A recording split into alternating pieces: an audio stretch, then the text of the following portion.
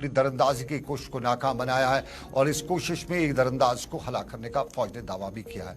फौज का कहना है कि अखनूर के बैनुल-अक़वामी सरहदी सेक्टर में फोर्सेज ने इंटरनल लाइन ऑफ कंट्रोल पर दरअंदाजी की कोशिश को नाकाम बनाया और दूसरा जो है जिसमें एक मारा गया और एक जख्मी हुआ। उन्होंने बताया कि ये सारा वाक़ा सर्विलेंस डिवाइसेस के जरिए देखा गया और 4 दरअंदाजों की मुश्तबा हरकत देखी गई और उसके बाद उन मुश्तबा अफराद पर फायरिंग की गई और फायरिंग में एक दरअंदाज को मारा गया जबकि दूसरा जख्मी हुआ। हमारे साथी Anil Sharma line of control के खोर सेक्टर में इस वक्त थे और वो वहाँ पूरा दिन सारी सूरत-ए-हाल पे नज़र रखे हुए थे और क्या कुछ है वहाँ पे, क्योंकि फौज का दावा कि उन्होंने डिवाइस सर्विलेंस डिवाइस में सब कुछ देखा है और एक मिलिटेंट जो उसको मारा गया उसकी डेड बॉडी को वापस लाइन ऑफ कंट्रोल को उस तरफ ले जाते हुए। अनिल शर्मा के पास जाते हैं सीधा।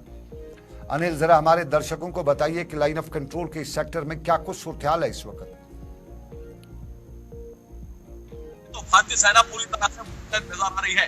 हालांकि पाकिस्तान द्वारा जो है एक प्रयास किया गया था, हालांकि आपको बता दें कि एक बड़ा षड्यंत्र रचा जा रहा था। 4 घुसपैठियों को जो है अखनूर के खोर सेक्टर में घुसपैठ का प्रयास करवाया जा रहा था। वहीं पर भारतीय सेना के गजट्स की बात करते हैं तो भारतीय सेना के गजट्स ने जैसे ही उनकी नकलो गैरत को वहां पर देखा तो वहीं पर भारतीय ट्रूपर जो है वो पूरी तरह से अलर्ट हो गए और उसी के बाद जो है भारतीय सेना ने पूरी तरह से उन्हें रोकने के लिए प्रयास किया, मगर वो लगातार 400 मीटर के दायरे से पाकिस्तान से होते हुए उन सरकंडियों से होते हुए गुजरते हुए हमने वो पूरा इंसिडेंट देखा है। हमने वो पूरा वो वहां पर जाकर जगह पर हमने वो अनिल जो रात को गोलाबारी हुई या गोलीबारी हुई, क्या ये टू वे हुई?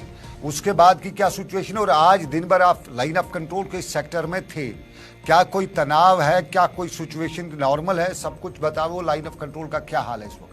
देखिए, लाइन ऑफ कंट्रोल की बात करते हैं तो सिचुएशन बिल्कुल नॉर्मल है और आम जनमानस जो है जैसे पहले जिंदगी जी रहा था वैसा ही जीता हुआ नजर आ रहा है। मगर उसी बीच आपको बता दें कि एक बड़ा षड्यंत्र जो है रचा जा रहा था, वहीं पर हमारे भारतीय सेना के जवानों को एक पूरी तरह से बहकावे में रखने के लिए पाकिस्तान द्वारा वहां पर आग लगाई जाती है और ये प्रयास किया जाता है। हालांकि डायरेक्शन चेंज करने के लिए और आतंकियों की घुसपैठ करवाने के लिए जो है आप देखिएगा कि वो सरकंडी इलाके से गुजरते हुए जो है भारतीय सीमा जम्मू कश्मीर में एंटर करते हैं, मगर उससे पहले ही हमारे भारतीय सेना के जवानों ने अलर्ट रहते हुए अनिल पास में मैंने देखा है या ऑब्जर्व किया या जिस तरह एक्सपर्ट्स बताते रहते हैं कि कवरिंग फायर मिलता है जब इन्फिल्ट्रेशन होती है और उस कवरिंग फायर में ये होता था कि एक तरफ से फायरिंग होती थी, दूसरी तरफ से इन्फिल्ट्रेशन कराने की कोशिश की। अब लाइन ऑफ कंट्रोल पर सीज फायर चलता है इंडिया और पाकिस्तान का, तो क्या वो कवरिंग फायर अब होती है या सीज फायर का उल्लंघन जो पास में हुआ करता था वो नहीं हो रहा है?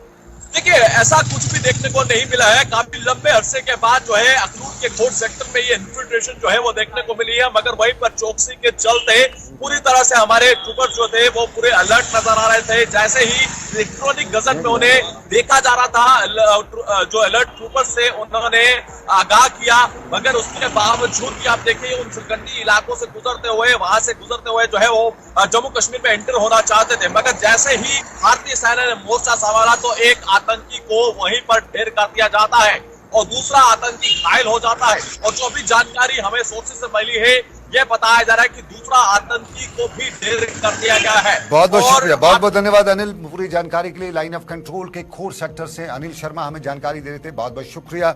और अब आपको नाजरीन हम दूसरे पड़ाव पे लिए चलते हैं